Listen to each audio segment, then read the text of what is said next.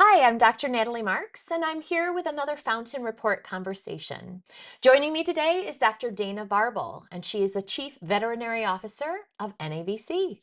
Dana, thanks so much for being with us. Thanks for having me. Very excited to be here with you today. This is not a super traditional path, right, No, for right? veterinarians. So Yeah. how did you get into this role, and what sort of drove you into educating? Yeah. So, it was very interesting. I got involved in leadership positions with associations. So, initially with the Association of Reptile Amphibian Vets, and now I've created even more confusion for you because you're like, what? Okay. So, I was involved in leadership, sitting on the board of that group. And, at one point, NAVC was doing industry services. So, working as association management for small associations.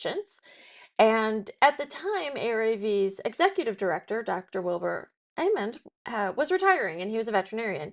So I was like, hey, I, I might want to do that. I might want to be an executive director. So that was my first role at NAVC, was actually as the executive director for ARAV, and kind of grew from there a little bit. I worked with Pet Nutrition Alliance and partnered with and did even some kind of tangential work with ABVP and AEMV, several other groups.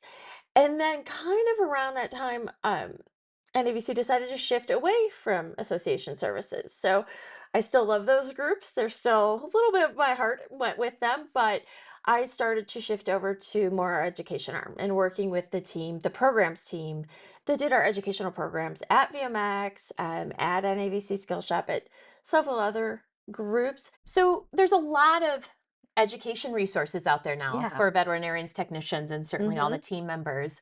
What makes NAVC unique? What would you say are your strong differentiators looking at educational delivery? So I think we do a couple of things. I will say better than anyone.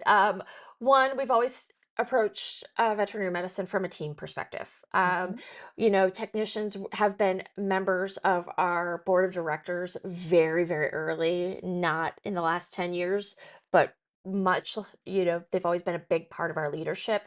So we learned early on, I think, and we've had the association culture around the idea that what we train veterinarians to can't just be for veterinarians. We also have to address other team members. Mhm. And even more so specifically, like, you know, I hate, and I know technicians hate this, they're not going to become vets one day.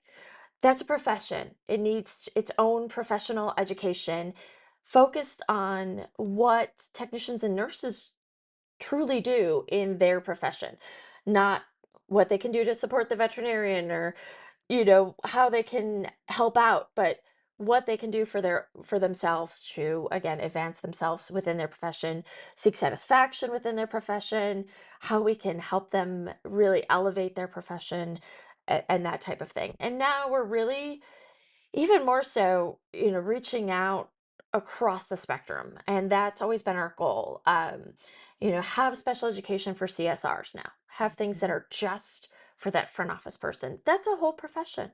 It's, they're not eventually going to become techs or eventually going to become veterinarians, but these are folks that really just want to be the face of our offices. They're really good at it. um I think a lot of veterinarians recognize that we probably wouldn't be as good at it. So, Mhm.